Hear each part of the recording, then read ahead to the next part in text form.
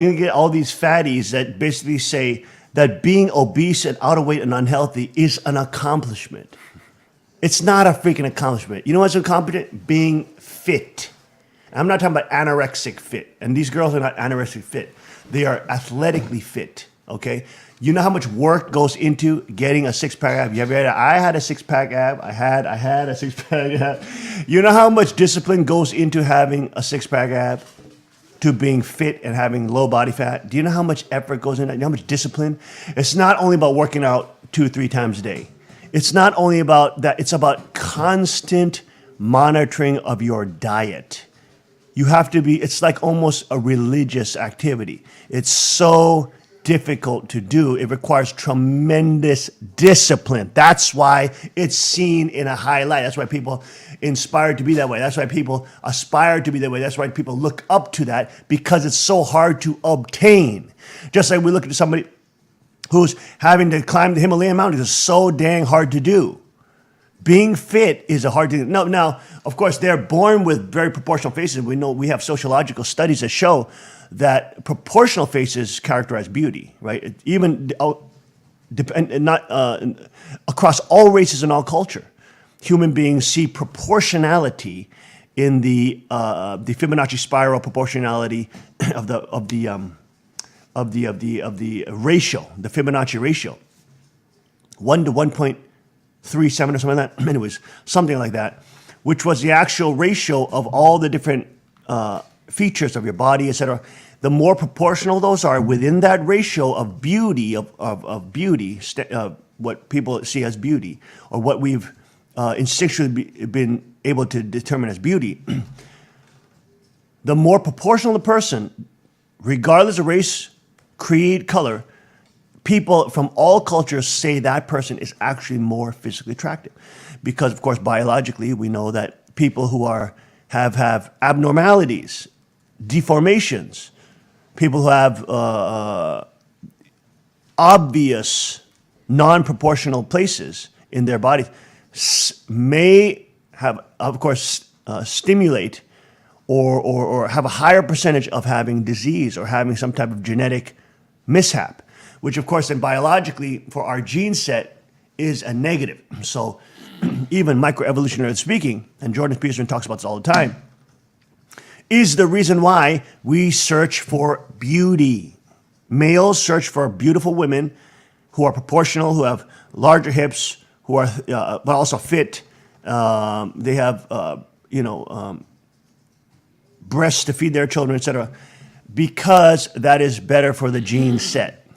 And proportional figures. Men are attracted to beautiful women because they're proportional in their facial structure and their facial features, etc. They don't have an overly large chin, which is unproportional. They're overly large nose, which is unproportional. Or overly large, or it's whatever you name it. So these kind of things are dealt with proportionality in biology. And just because it makes you feel bad that people are attracted to actual objective standards of beauty doesn't mean it chases it away. Doesn't mean it changes it. So all this feel-goodery of the stupid Miss America pageant, which is no longer a beauty pageant, because they're not being judged on beauty,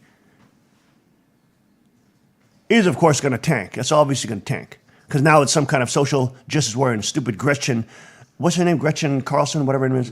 Yes. She was the Fox News and Friends. I mean, she's a real fake conservative. This girl is, she's the same lady that comes out and pushing the feminist doctrines on Fox. Did they get rid of her? They should get rid of her. She is not a real empowerment conservative. I'm sorry. She was the one who was saying that we should actually cut back the Second Amendment. So she is a real fake wolf in sheep's clothing, pretending to be conservative, but then actually going after the Second Amendment. Okay, and that we shouldn't have the right to have. Oh, she was actually saying we shouldn't have a right to the AR-15, I believe. So she's a real totalitarian. And of course, she's on top of the board. She's going to destroy it. That whole Miss America project is gone. Nobody's going to watch that, okay? I never watched it in the first place, but nobody's going to watch it.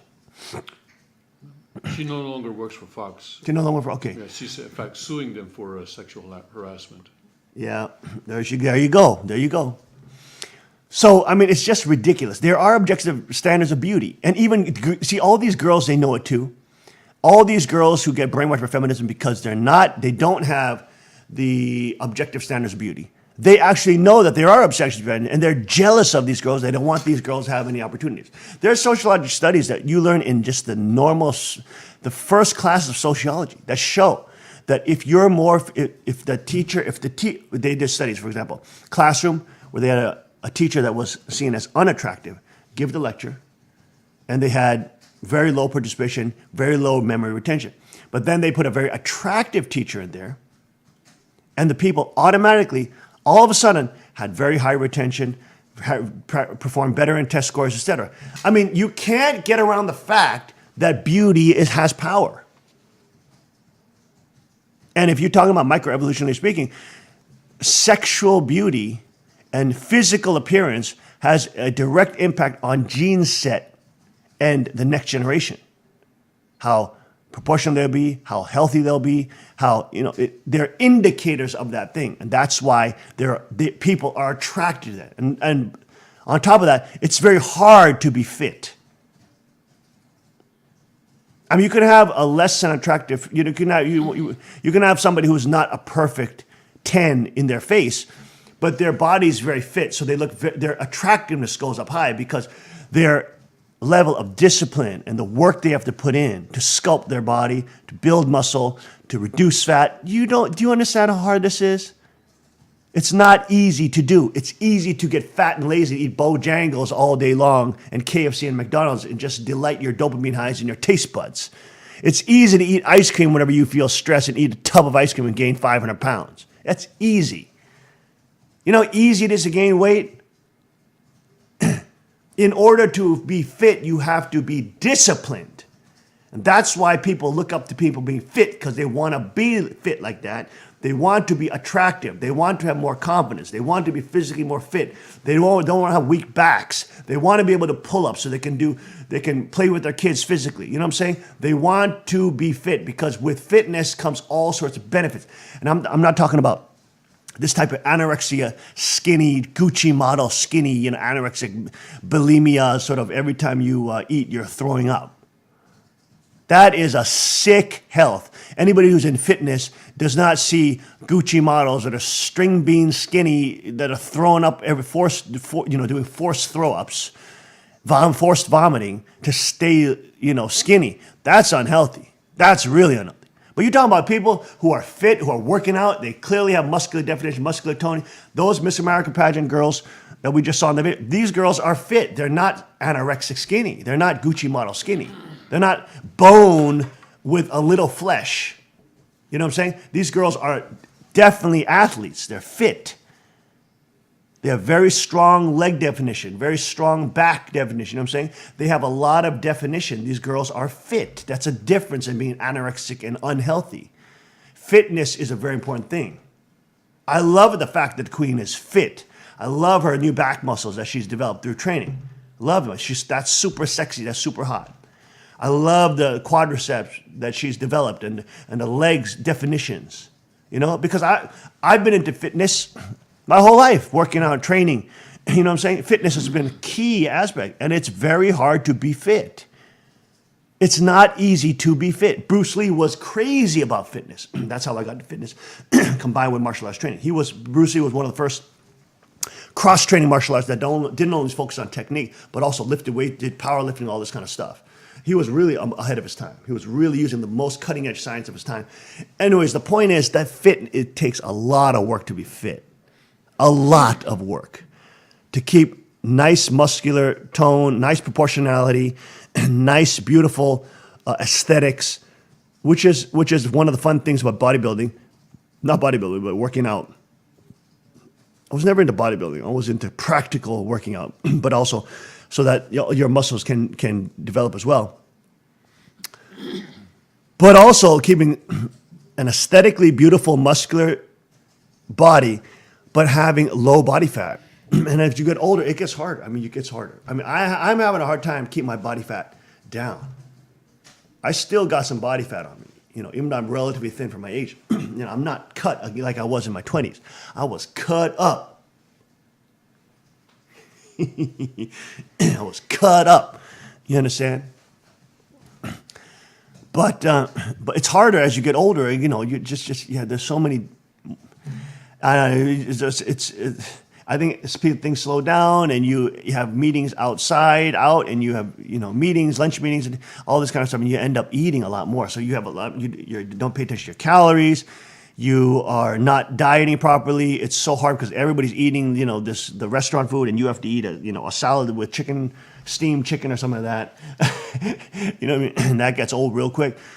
So for these people who make a living in fitness, I have a lot of people in the fitness world, BJJ world, who are also into fitness, and they're professional models. And they follow me on Instagram because we're a part of that athletic community that is training and being fit, etc., that appreciates that whole work ethic. You don't understand how freaking hard it is to be fit. It's not easy. It takes a crap load of work and a lot of mental energy to constantly be curbing your desire to eat something tasty, to constantly saying no, to constantly, and of course you got to give yourself a break once in a while and just have a nice whatever you want to eat. But you can't do that every day. You got to be disciplined. You know what I'm saying? So this is so ridiculous. This ridiculous feminist, notion of, oh, you objectify women. Women will always be appreciated if they have a beautiful form. It doesn't matter how much bitching you do about the patriarchy. Men are always going to appreciate a beautiful woman. They're always going to be awed by a beautiful woman. Which is, of course, the reason why Christian men, of course, you shouldn't be awed by beautiful women. We can appreciate beauty, but you should not be awed by beauty, because beauty can also be used as leverage against you to control you. And that's why, of course, it should not be worshipped. It should not be worshipped. But the fact that we instinctually can see a beautiful aesthetic form, whether it's a muscular, fit man or a very fit woman, we can appreciate that. We can aspire to that. We can say, hey, man, that dude is jacked, man. I want to work out. You see him, even men too.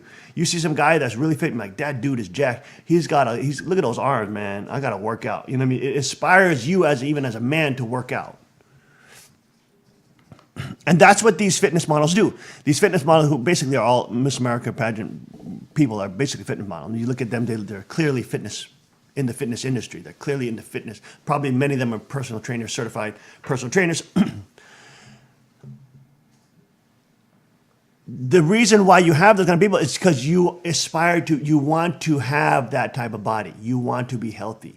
You want to eat clean. You want to have low body fat. You want to have high muscle definition. You want to look good. You want to have confidence. You want to be strong. You want to be able to jump higher than a flabby person or an anorexic person. You want to be able to lift heavier weights. You want to be able to do pull-ups. You want to be able to climb mountains, rocks. You know what I'm saying? This, of course, is going to get the Miss American pageant killed. Nobody's going to watch it. Nobody's going to watch it. A beauty pageant is meant to appreciate beauty. Should the beauty pageant worship beauty? No, Christian beauty pageant should not worship beauty. But they're not only getting rid of the swimsuit contest, they're getting rid of the evening gown contest. Did you hear this? They're getting rid of the evening gown. What's wrong with the evening gowns? Huh?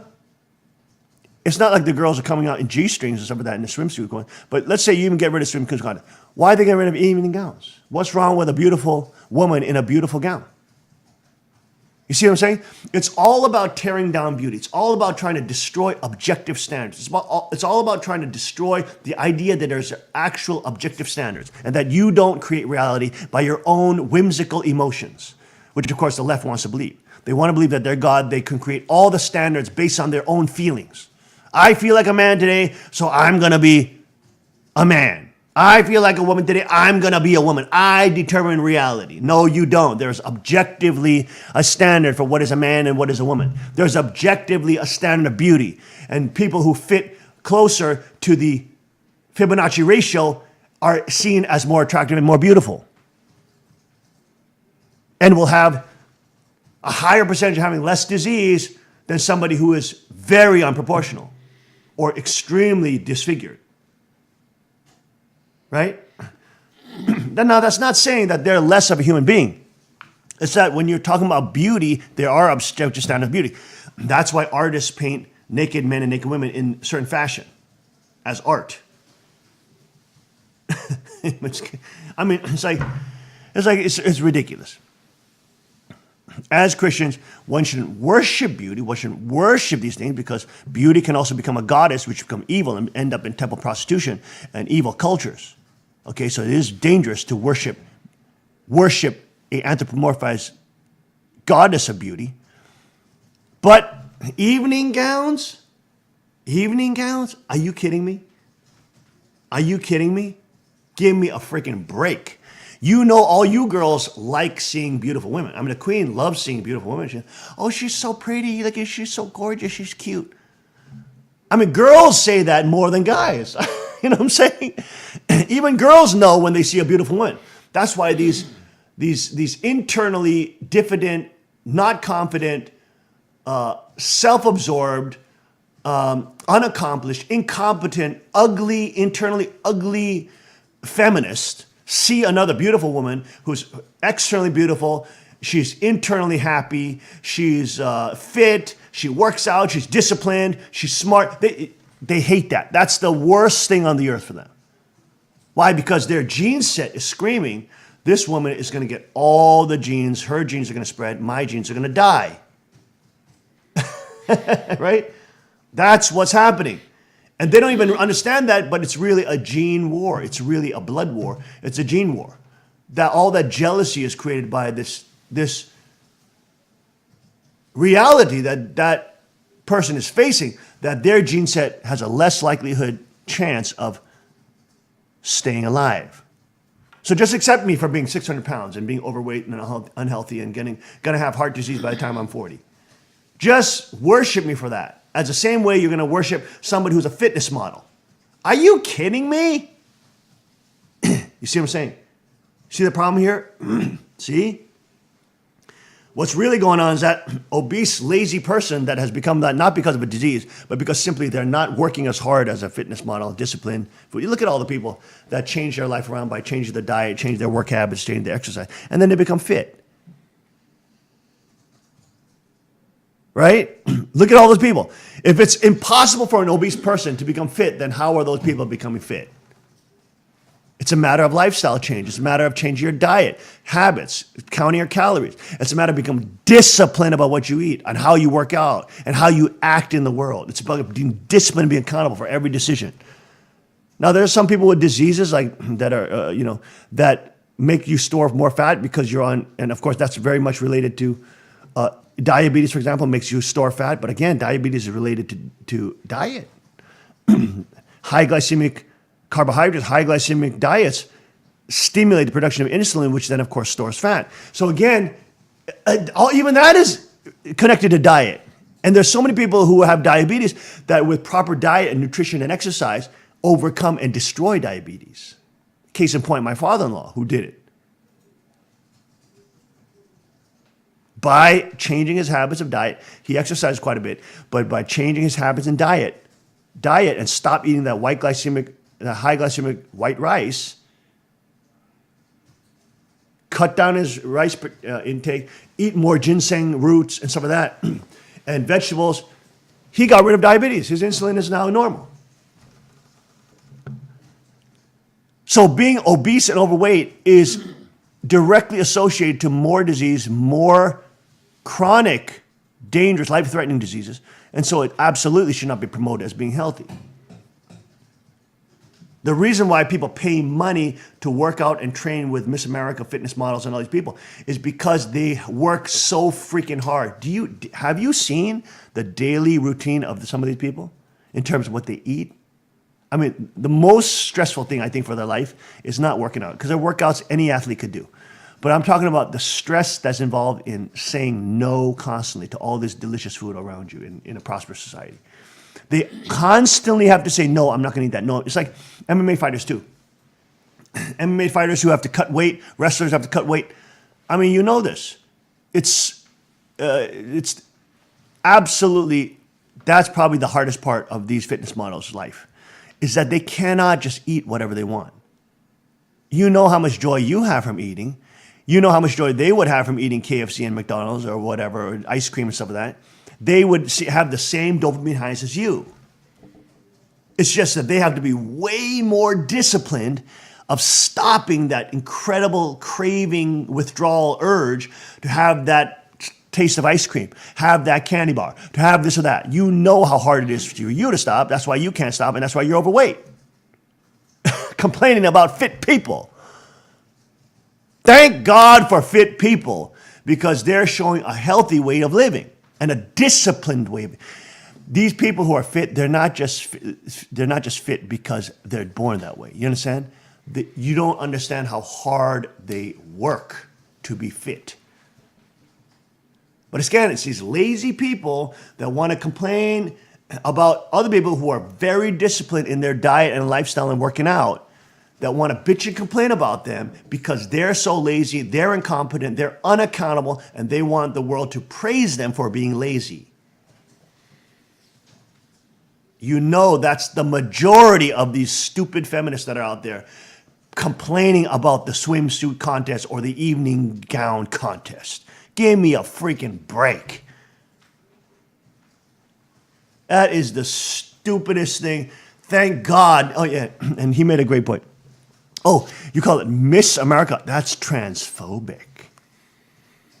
What you gonna do now? Oh, yes, all the fat, hairy, overweight men who believe that they're women should now not allowed to be feeling bad, and they should now be able to be on national TV as Miss America because we want to be fair. Maybe it's a good thing they did do away with that swimsuit contest. I don't think we want to see transgendered men in swimsuits. Maybe that's a blessing they did away with the swimsuit contest. Oh my gosh. We don't want to see transgendered women who hairy, overweight men with a freaking nutsack in a freaking bikini. You know, maybe that's a good thing they did away with the bikini contest. Because they're transphobic as Miss America. Oh, and America, that sounds xenophobic. Well, yes, like Paul Joseph said, you got to have the illegal immigrants. They should be able to join the Miss America pageant. And maybe the jihadis, you know, with the burqa, maybe we can have burqas. Yes. Have burqas as a Miss America pageant? Yes. No evening gown, but burqas. Yes, burqa. We'll have a burqa contest. How's that?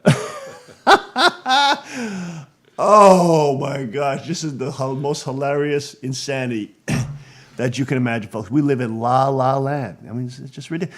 See, this leftist lunatics who believe that they're like in this godlike state where they can determine reality, they just have anything against reality. This is why all these delusional kids, it's the same thing with video games. They make you believe that you're unlimited. Why? Because human desire is unlimited, right? But human reality is limited, and so is the earth is limited, and the universe has limitations, has constant conditions which keep it sustaining and not imploding in on itself. Okay, so there are limits in our physical universe, and I was talking about the Queen. God give us these limitations as a teaching tool. The reason, now I see more deeply into why Father was always saying that the physical body is so necessary to train our spiritual body, right? Because a lot of religion just put emphasis on the spirit, on the spirit, on the spirit. The flesh is weak, the spirit is strong, all this kind of thing. The spirit is willing. So we could demonize our physical bodies, okay? Thinking that all those thinking that the physical body has no purpose. And so we only focus on spiritual things. Well, number one, God said in Matthew 6 that we should pray, thy kingdom come, thy will be done. On earth, not in spirit. He said on earth as an example. So number one, we know the kingdom's coming to earth, which means physical bodies. Okay? Number two, physical bodies are critical. What do the physical body does? The physical body teaches you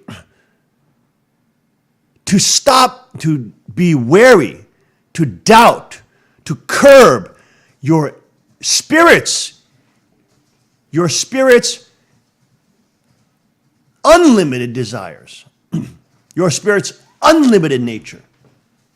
Because think about it. If we always just behaved in an unlimited fashion, we would become we could be unselfish unlimitedly. You see? We could become arrogant unlimitedly.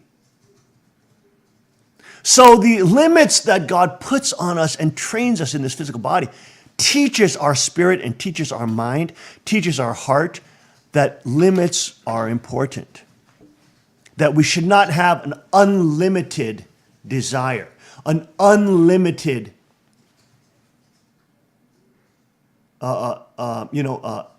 wants, but that we should understand limitations as well, and we should be able to accept limitations.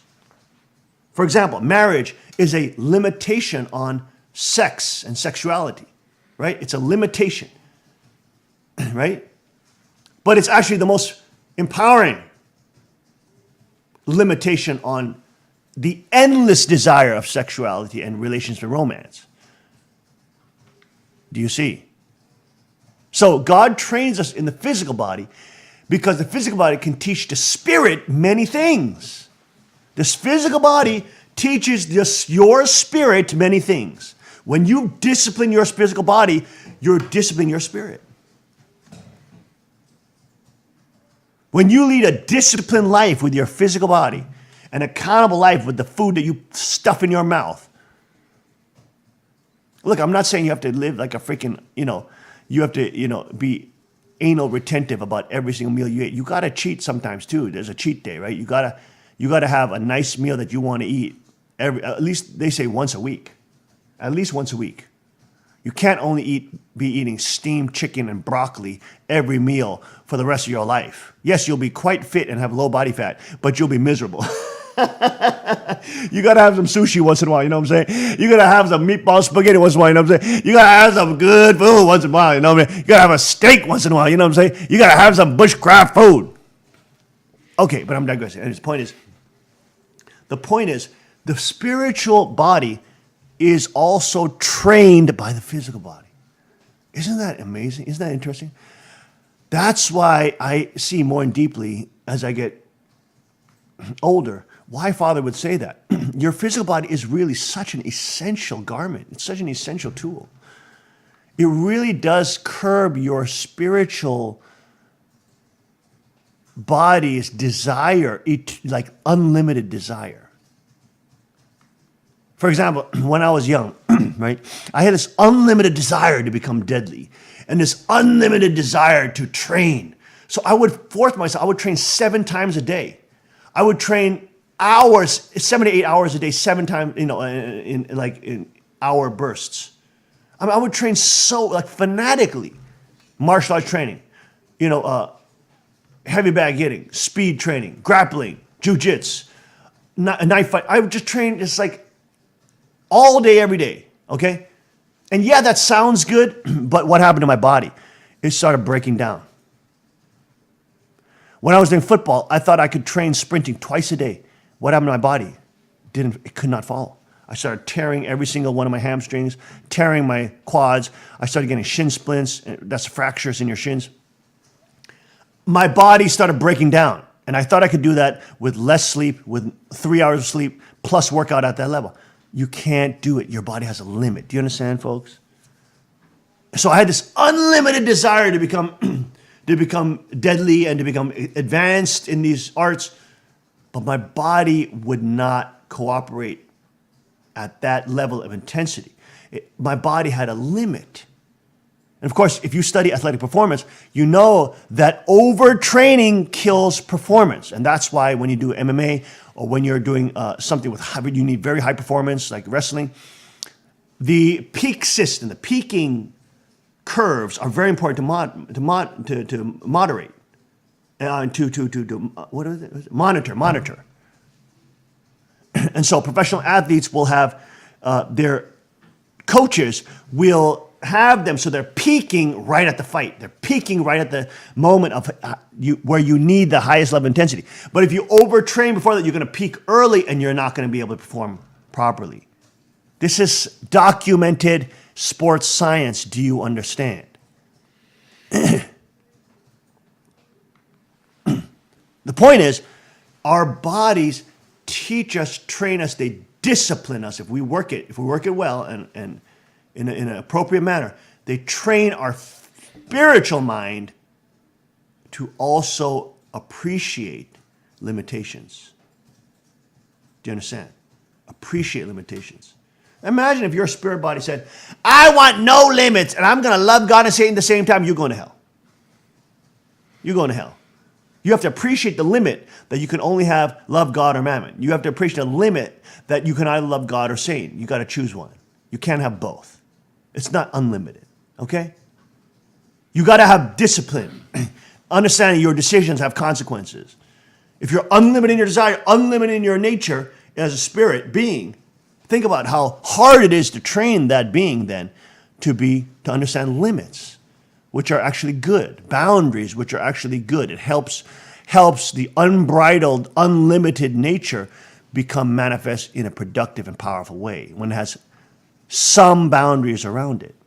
Like, for example, marriage. That's where sexuality can be truly prolific and truly healthy, right? That's something I do all the time. I appreciate the sexy naked body of the queen. I love it. You understand? It is the glory of my life other than God. You understand? To see her naked. And there's nothing wrong with that. And nobody can guilt shame me about it. Fool! I love seeing the queen buck naked. You understand what I'm saying? Love it! And I ain't shy about it. Fool! But that's, and of course, you know, and so and the queen she will compliment me on my form too. When I lose a little belly fat sometime, you know, get a little bit big around the gun during winter time. You know how it is? Then she'll compliment me. Oh, Daddy, look good. You know, oh, the king looks hot. She'll compliment me. She can appreciate my physical form. I'll compliment her. Dang, girl, you look hot. Baby, look good. And there is nothing wrong with that. That is the place where and so we compliment each other on our physical appearance as well. And that helps us stay fit and disciplined. And if I'm getting a little tubby around the tummy, or if she getting a little tubby around the tummy, we'll tell each other, man, you getting a little tubby around that tummy. Let's work out. See, it'll stimulate us not to have this pity party, have this jealousy fit about oh, the other girls are my better. No, it'll stimulate you to work out because we're not lazy. Instead of wallowing self-pity and trying to bring everybody down to make you feel better, how about you work hard so you become better? Give me a freaking break. Learn how to compliment your spouse and their naked body. Learn how to, when they lose weight, give them positive reinforcement, saying, dang, honey, you look fine. You look sexy, super hot, baby. Learn how to compliment one another on your physical appearance. What's all this stupid puritanical pretending? You know you're attracted to your wife's naked body, but you're trying to pretend you're some kind of freaking Catholic priest who has no sexual emotions, but then the Catholic priest is raping little children, little boys. Why can't you be honest to your wife and just tell her, damn, honey, I love seeing you naked? Why can't you be happy about that? Why do you let her or the world guilt shame you about that? That is not something to be guilty about as a man or as a husband. You're supposed to love seeing your wife naked. What the hell's wrong with you? You're a brainwashed, wimpy, little weakling, slave to the stupid culture. Don't let those stupid feminists guilt shame you about appreciating your fit wife's cute naked body. Instead, thank God for her fit, police militia, trained body. You know what I'm saying? And help each other be fit and disciplined about what you eat, how you train, it's important. You know why? You know why it's important? Even more so, people being military. You know why it's important to look good? Because the young people in the next generation are superficial. They listen to people who look good. Do you understand? They're not going to listen to the freaking Jabba the Hutt on how to train and lose weight. Do you understand? To influence young people, you got to look somewhat good. Because they're still superficial and they're still only basing things on externals. But on top of that, of course, it's more healthy. You can lead a more disciplined life, etc., etc. You can feel better about yourself. You can actually feel lighter in your body. You can jump higher. You can pull up faster. You can do more active stuff if you're fit. Stop trying to make everybody else who's working hard, who's being accountable for what they eat and how they work out, making them feel bad because you're lazy and you're fat and you're eating way too many calories than what you're burning. It's a simple mathematical equation. If you are burning more calories than you consume, you will lose body fat. If you eat more calories than you are burning, you will gain body fat. Not that difficult, not that hard to understand. Do you understand? Not that hard. And look at all the kids who train with us. They get more fit. They get stronger, and what do they feel? When they get the burn, they get the soreness, they say, man, that's a good soreness. That's a good burn. What are you laughing over there? What are you watching while you're doing the Kingsport Tech Team? Huh? Are you watching other stuff while we're doing Tech Team? You better not be doing that. Margo? Okay, you brought up Jabba the Hutt. You understand what I'm saying? Give me a break. If anything, you got to look good, especially if you're a leader. You got to look somewhat good as a husband and wife because you're going to be leading young people who need to be inspired by you. And they're not going to be inspired by if you got 18 folds of fat talking about, I can run fast. You understand? You and your blubber have different time zones. You and your blubber are moving at different speed limits. If you're moving and your blubber is still staying still and you're trying to teach your kid, talking about kids, about how to be fit and how to be strong, you're going to have some problems with them listening to you. Do you understand? You can't be in two different time zones while training young people. And that's why naturally in the kingdom, people will be more fit because obviously there's more information, there's more studies in science that show, of course, fitness, a fit life and a fitness type life is healthier and it's more empowering, it's strengthening, and it creates better hormones, endorphins and testosterone, and it just makes you a better person. Doesn't mean that you're perfect, but it makes you better, you feel better, your endorphins are moving better through your body. You're going to have less heart disease, less cancer, as long as you're not doing crazy anemic stuff where you're forcing yourself to vomit and crap like that. That's dangerous. That's bad for your health. Is that anemia or is that bulimic? I'm sorry, bulimic, right? Bulimia is where you're forced vomiting. Yes. That's terrible. That you can see those kind of supermodels that do the Gucci models. They're like these skinny skeletons. They're skeleton. That's not beautiful. I see a sick girl. That is not beautiful. But you see a girl that's fit. She's got strong legs. She's got, strong waist, strong back. You know what I'm saying? She's got good muscular definition in her booty. She got strong shoulders. That's a fit girl. That's a healthy girl. That's somebody who's working out and training and dieting properly. You understand? And a man too. Man the same way. Fit legs, fit abs, fit pectoral muscles, fit shoulders, nice arms. You know what I'm saying? That guy is working out. That is a healthy lifestyle. Very healthy. Being obese is not healthy. Give me a break. So, when you see those stupid Gucci models, you know that's unhealthy. Those girls are freaking skeletons.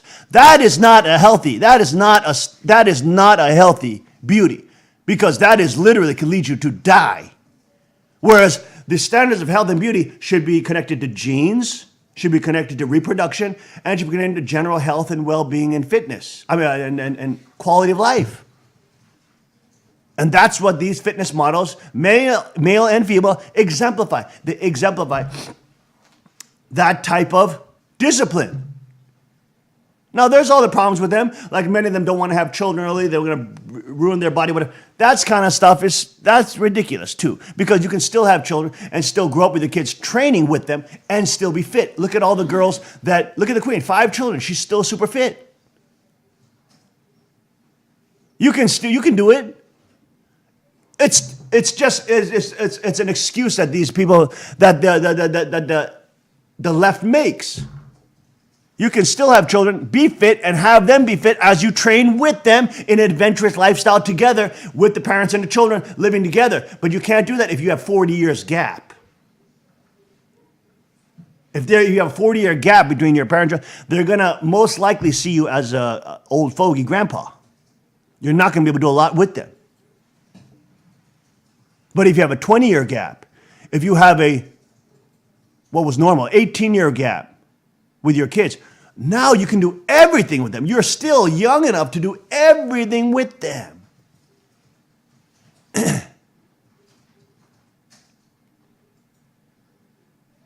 So our standards of youth are tied to reproduction. Our standards of youth are tied to genes and health of the gene set. And these are objective. These are not made up in people's minds. All these feminists railing about the patriarchy, all these feminists railing about, they're never going to change their mind. Never, ever going to change the biological reality that when a man sees a beautiful woman, he's going to be attracted. Just like when a woman sees a man with lots of money, she's going to be attracted to him. Maybe not sexually, but attracted to him. Because biologically, women needed to depend on somebody who could provide resources for them while they're bearing children. Because they're essentially unable to hunt and gather and things like that, right? So biologically, women are attracted to money or resources, power as well. Men are attracted to physical beauty. That's just objective fact. That's instinctual.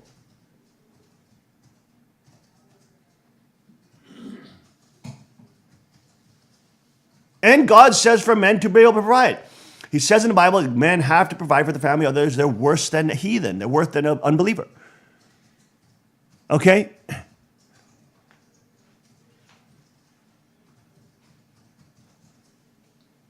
The Bible does say that men have to unconditionally love their wife, and the wife has to unconditionally respect the husband. Howie, you're never going to stop the fact that your husband is going to want to see you naked. You're never going to stop that fact.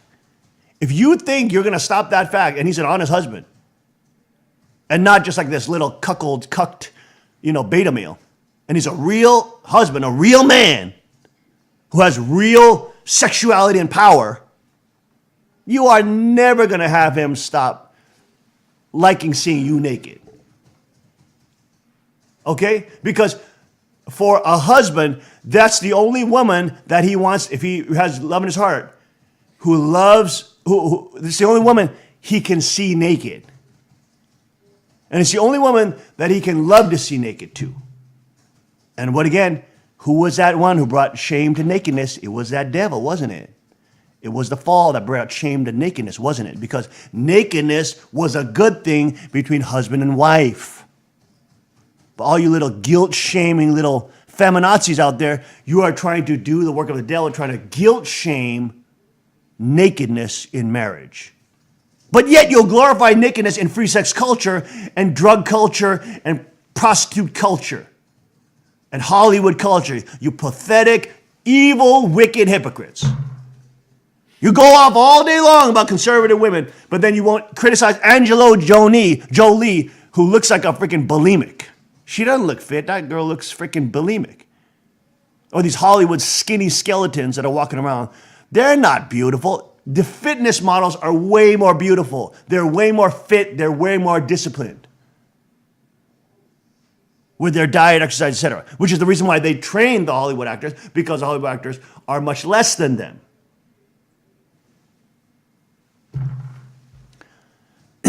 It's such a ridiculous fakery.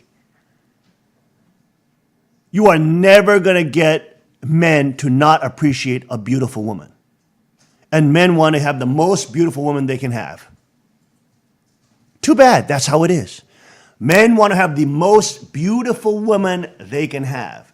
And on top of that, if she's faithful, if she's all that, that is just a gift from heaven. You're never going to change it. Never! You're the one who sucks. Just like you're never going to change the fact that women are attractive, even though they don't never admit it, they don't want to admit it, and they feel like they feel a little guilty when you expose the fact that they do. But instinctually, women are attracted to men with resources. Oh no, I've slept with men who had nothing. Yeah, but did you stay with him? No, you didn't marry him, did you? You didn't try to set up your family house with him, did you? You may have slutted around, but you didn't stay with that man. Case in point, you are attracted to men with resources. Men can complain about that all day long. Well, what about the poor man? What about they complain about all that? But you're never going to change it. You're never going to change it.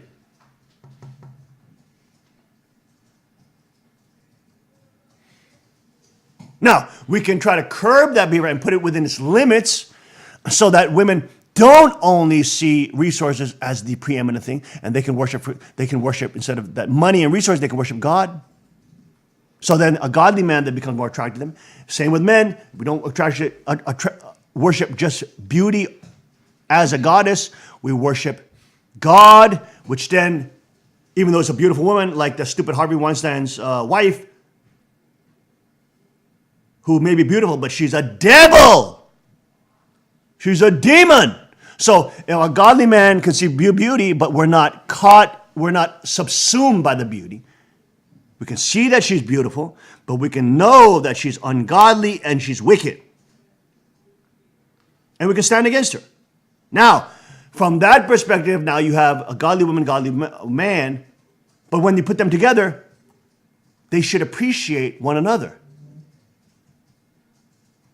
They should appreciate, and when they do appreciate one another, their sex life is great. And when their sex life is great, their life is better. And when their life is better, their children's life is better.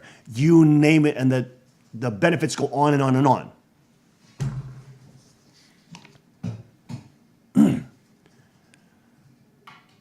Anyways, the point is, I've been ranting about an hour and a half now. The point is, the physical body does teach our spirit as well. Isn't that an interesting point? It really is. Like Father said, it's like this body, and we get a training, and then we prepare for the next world.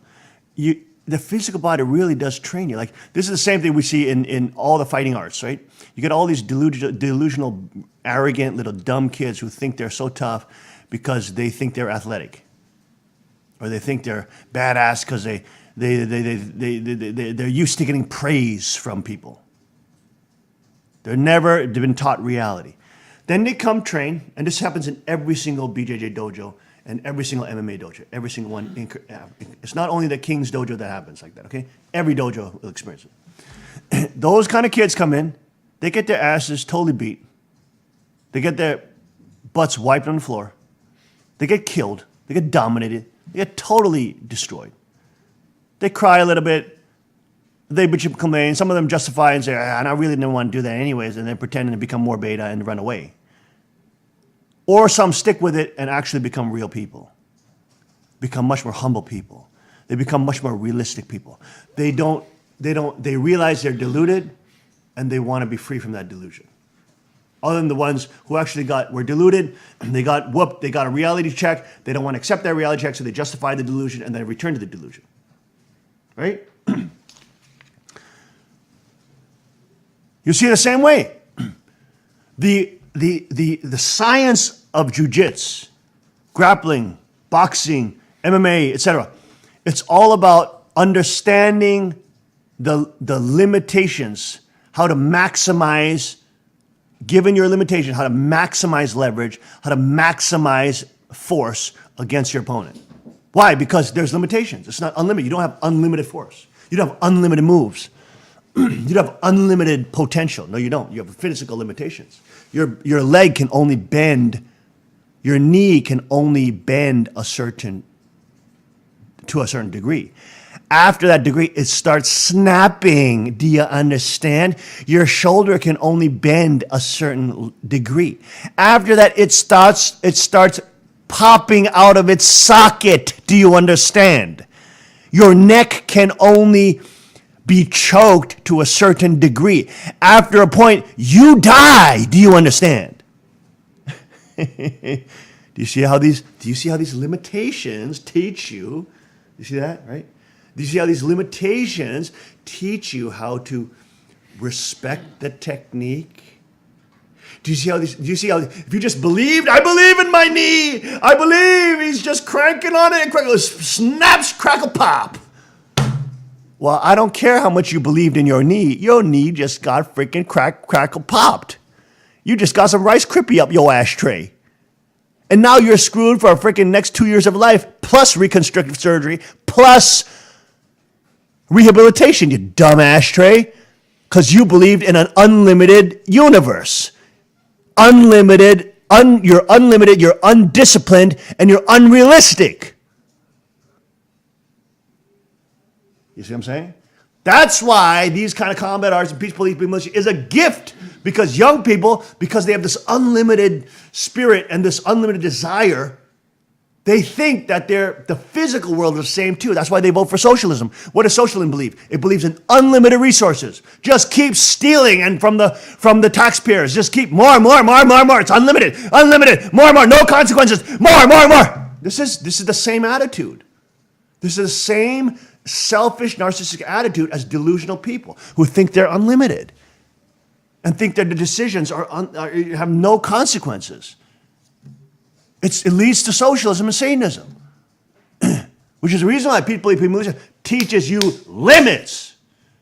You don't believe in your arm? You think you're flexible? You think you're Gumby? Let me test that for you. I'll show you're not Gumby. You think you're flexible, you're double jointed, really? Really? Are you, first of all, there's no such thing as double jointed, okay? And you really think you're double jointed? Let me test it for you. Just sign a waiver before I do. Because I will snap your freaking arm in half. Trust me, I have plenty of technique to do so. I will snap that thing right off of its connecting joint. And don't you fret about that. I will do it easily. You know what I'm saying? And I'm bragging or anything. My white belts can do it too. All right? There's limits on your physical body, but that's actually why it's a good training. It trains your soul to understand limits are good, that being realistic is good. Yes, you have unlimited sexual desire, you have unlimited romantic desire, you have unlimited desire to be attractive and feel attractive and be worshipped, but you shouldn't be worshipped. It's not good for you. Right? Isn't that right? Your sexuality should not be unlimited. It should be limited to your spouse. Where it can be unlimited to your spouse, your desire, that's fine, but not anywhere else. You see?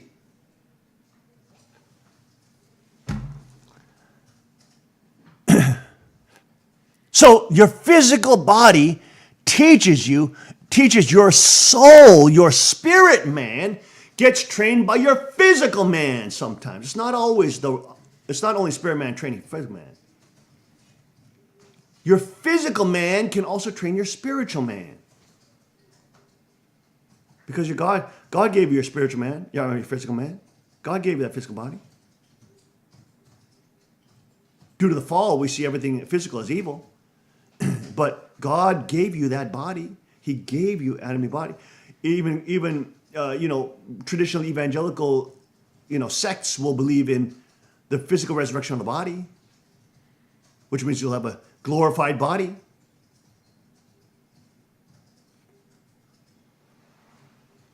The point is, you don't have to demonize the physical body, and people who are very disciplined, who have an awesome physical body, you shouldn't demonize them. They work very hard to have it. Again, at the same time, you shouldn't worship it. You can appreciate it, you can look up to it, you can aspire to it, but you should always worship God. If you're a mechanic, you can appreciate somebody who's a more skilled mechanic, and it doesn't mean you're worshiping them.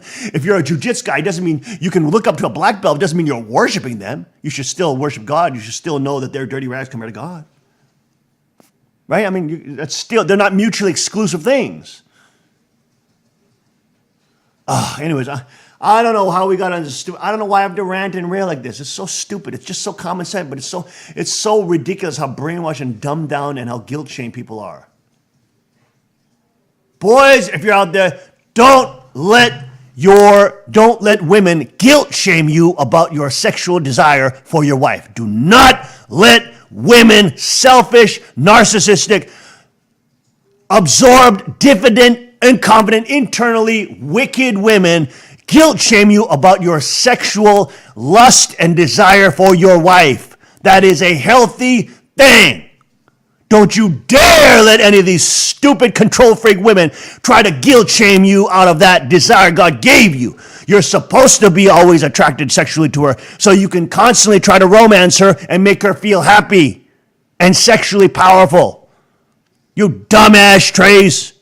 Don't let these stupid Nazi, white supremacist, ugly feminazis guilt shame you and your sexuality that God gave you for your wife, not for other bitches. I'm talking about your wife. Everything else other than your wife is a bitch. In the literal term. You understand? Forbidden. And I tell my boys, when you boys get married, do not let your wife guilt shame you. She's going to try, because a lot of girls are brainwashed by feminism. They don't even know it, but they have just this tendency. There's just so many years of indoctrination. So they'll actually try to guilt shame you and say, why are you so freaking horny all the time? You're just a freaking pervert. You only like me for, you don't like it when we want to have sex. They try to guilt shame you like that. They try to make you feel guilty. But you gotta understand that's a game. You gotta understand that's brainwashing. You gotta understand that they're doing that. But actually, they might not even believe that. They actually may like you having all this sexual interest in them and always feeling attracted to them. But inside, at some moments, they feel emotionalized and they want to just say that to you, but they don't really mean it. They just say it to kind of get it off their feelings. So you can't let that, you can't take that so personally. You can't be like, oh, how dare you? I feel so insulted. I feel terribly insulted that you said that. How dare you say that? I'm not a pervert. You better say, honey, damn right I'm a pervert when I see you, baby girl. Don't let her guilt shame you. I'm talking about husband and wife, okay? You got to know how to play the game. When she's trying to play the game and trying to guilt shame you and make you feel bad about yourself, don't let it happen. Show you got that masculine confidence and say, baby, you look too good. That's why. You too hot. You've been working out. Your back look too sexy. The muscular definition on your trapeze look too hot. You got to be able to flip this around, sucker. Why are you so weak and little fragile little piece of beta male crap that when your wife is trying to guilt shame you, you actually fall for it and fall in that trap and make her actually more unhappy by becoming weaker? You have to show your masculine fortitude and make her know that you are strong and confident and that those kind of things just roll right off you. Because that actually makes you more attractive, you dumb ashtray. Golly, what I have to tell you these things. Golly. It's like I'm dealing with a freaking brain dead bozos. And you wonder why your wife's not sexually attracted to you. You don't got no freaking sexual confidence, fool. How is a woman supposed to be sexually attracted to you if she can guilt shame you and make you feel weak and make you feel weak and insignificant with one little word and you feel all insulted and oh, I'm offended. You little wimp. Give me a break. Stop trying to pretend like you're St. Francis or some crap like that. St. Francis had to... Wait, did he castrate himself? Anyways, those priests castrate themselves. You got to be proud of your wee-wee. You got to be proud of the sexual organ God gave you. You got to be proud of your manhood. Don't let anybody make you not proud of your manhood. You little punk. You little weak, little beta male punk. And you wonder why you're so freaking unhappy in your marriage and your wife is unhappy and why she's not attracted to you at all. Because you're a freaking diffident, no confidence punk. Trying to get this woman to be sexually attracted to you and she feels it's a freaking chore because you like acting like a little damn baby. She like feel like she's having sex with her son or something, for Christ's sake. I mean, figuratively speaking. It's like ridiculous. Act like a damn man. If somebody makes fun of you as a man, it should usually be able to laugh it off. That shows strength. If a girl is making fun of you and trying to guilt shame you, it should just roll off you. That shows strength. And then you become more attractive.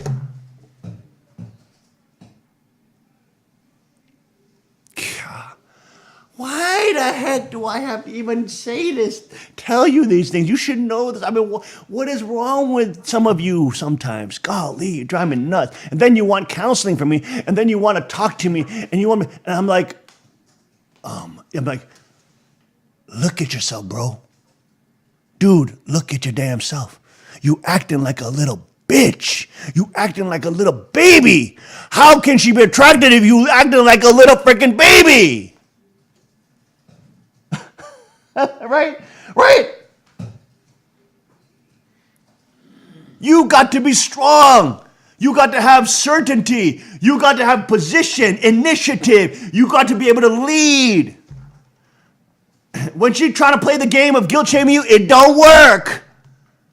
You got to show that when you're make a decision, it's unchangeable. You got to show confidence. You got to show success. And when you make a decision, it's right, that you've thought it through. But when you decide, it's going to be right for the family. You got to show leadership. Biologically, that's what women are attracted to, because instinctually, that kind of male will provide more resources for them if they need it, if they're hurt, harmed, maimed, made handicapped, or if they're pregnant.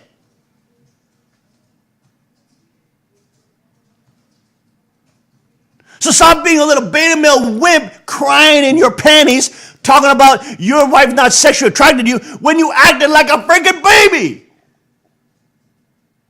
When you're offended at everything that she says, when girls say things, emotionally, they sometimes don't mean it. Do you know that? They sometimes don't mean it as a personal attack on you. They're just venting. Why do you let those things get in your brain? The more you let it get in your brain, it actually becomes effective, and then she does it more, and the more she does it, the more guilty she'll feel about doing it and abusing you, and the more wicked she'll feel, but she'll have to justify that by saying that you want it because you're acting like this, and it's just a terrible cycle of hell. Because she knows in the end she's acting tyrannical and evil. But she feels like there's no other way because you're acting like a little freaking baby. God, I mean, be attractive for Christ's sake. Lord mercy. I mean, I said, look, the king will give you all these tips and up the wazoo, and still, you'll do the same thing. Well, that's on you then. I'm giving you all these secret tips, man. You understand what I'm saying, son? I'm giving you all these secret tips. But of course, you got to work on it. You're not going to be at a black belt level doing it the first time. You're going to suck at it. You're going to fail. You're going to suck at it. You're going to think you said it in a weird way or tonally. You said it wacky, and you didn't say it like when I heard it on the King's Report. Yeah, because you're not used to doing it yet. But you got to keep practicing. Golly, come on. Man, sometimes, golly. Boy, oh boy.